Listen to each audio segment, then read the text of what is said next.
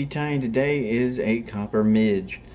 These are also called a chironmid, a non-biting fly, blind mosquito, chizzywink, lank fly, tons of different names for these little guys. They're prevalently found in still water. You can find them in streams, and they're a main food source for all fish that are in the habitat. Typically in nature, these things range in size up to about 1 centimeter. If you want to go by English, it's a little bit under 3/4 of an inch. So I usually tie these in size 14 down. I don't go with 12s unless I'm after really big bluegill. So I usually stick to 14, 16s, 18s, 20s, somewhere in there. Let me tie for you today is a size 14. I'm going to be using a rusty brown UTC 70. I'm going to also be using some of this Veevus iris. It's in a copper color. I'm also going to be using some ultra wire, UTC ultra wire in gold, the small. And then I've also got a 3/32 or a 2.4 millimeter brass bead head on here. The first thing we want to do is we want to put some breathers on this fly. So I'm going to take my bead head, throw it all the way to the back, and I'm going to start some thread out behind the eye.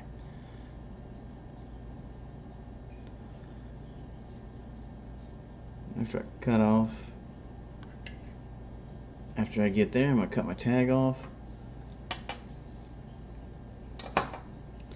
Then I'm going to cut off 2 pieces of this Veevus iris.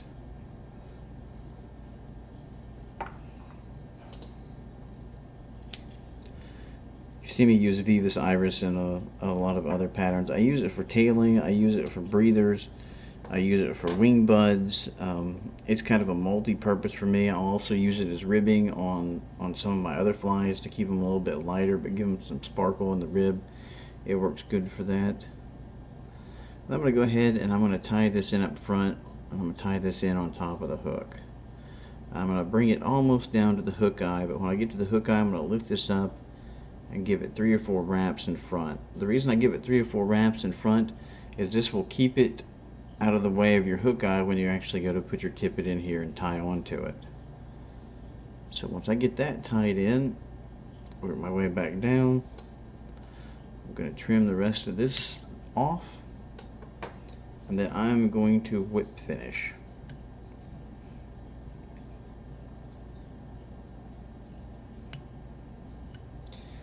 This pretty much has to be a little save spot. You could half hitch it if you want to. You can whip finish it. I just find it easier to whip finish. Well, mostly because I haven't perfected my half hitch, so that's why I hit whip finish. But go ahead, bring the bead head up, and then you can stretch these guys out in front. And you want to extend past the hook eye about a hook eye's length. So about right there, and then you cut it. It goes on as thread, but when you look at it from this angle, we can start to fluff it up a bit. Take my toothbrush. You can beat it around a little bit, swirl it, nick it. And that will turn it into some little breathers, so you get a little bit more room.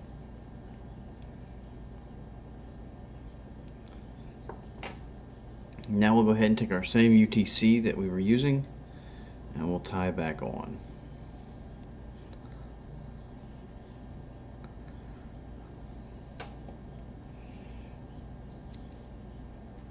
Next thing I'm going to tie in is a piece of that copper wire. Sorry, excuse me, gold wire. I tie that in on my side, and I'm going to make touching wraps all the way down. This way when I come back up, I'll get a nice smooth body. Most of my body will be done with thread.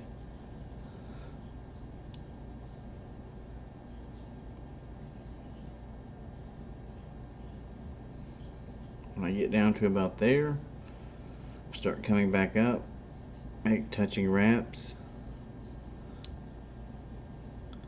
So you get a nice even look in the body. It's nice and smooth.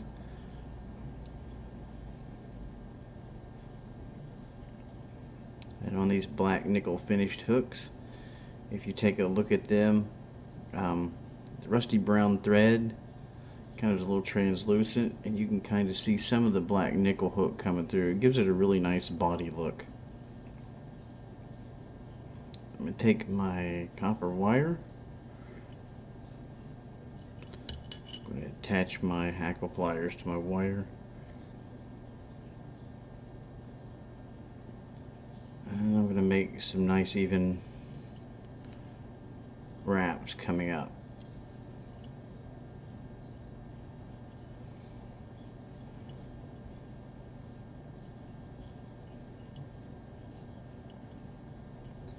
I always space these out evenly. They don't really have to be this even.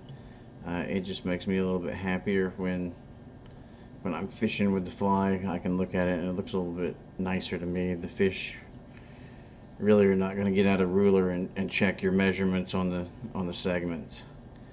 If they do, you really need to catch that fish, because he's smarter than most. We need to get him out of the system so he don't educate the rest of them.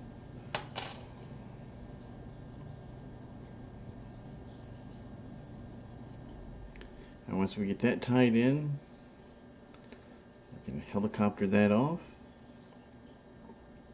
And the final touch that I'm going to put on this is I'm going to go back to my Wapsi SLF Prism dubbing. The color that I'm going to use is this rusty brown. So I'm going to take some of this.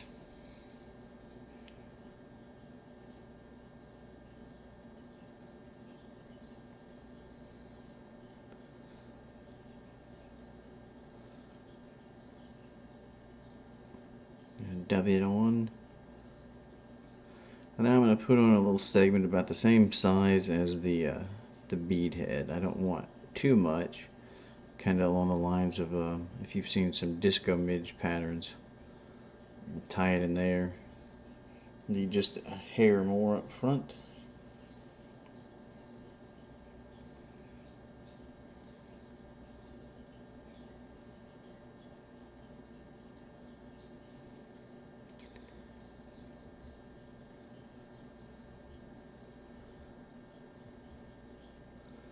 Then once we get to this point,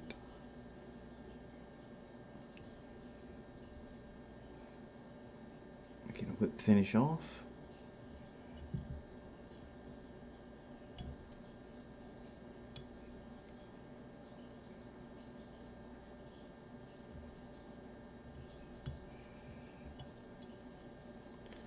Cut our thread off.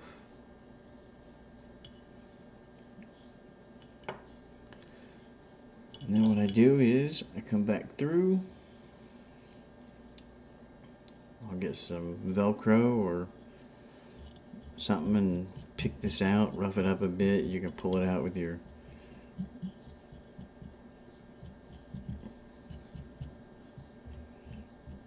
needle, or you can pull it out some other ways.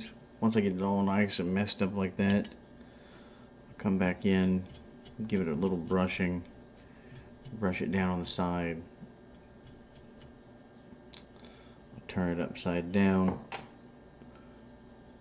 Pull up all those fibers, and I'll give them a little angling trim to about that length. And I'll go ahead and brush back through those.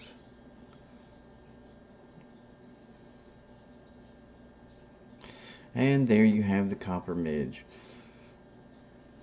Make sure you float it really nice, let it drift nice. This isn't a fly that you want to drag across like a streamer. Just throw it out there, let it float under a strike indicator, let it float off the bottom, and prepare to have some fun. Hope you enjoyed. Thank you.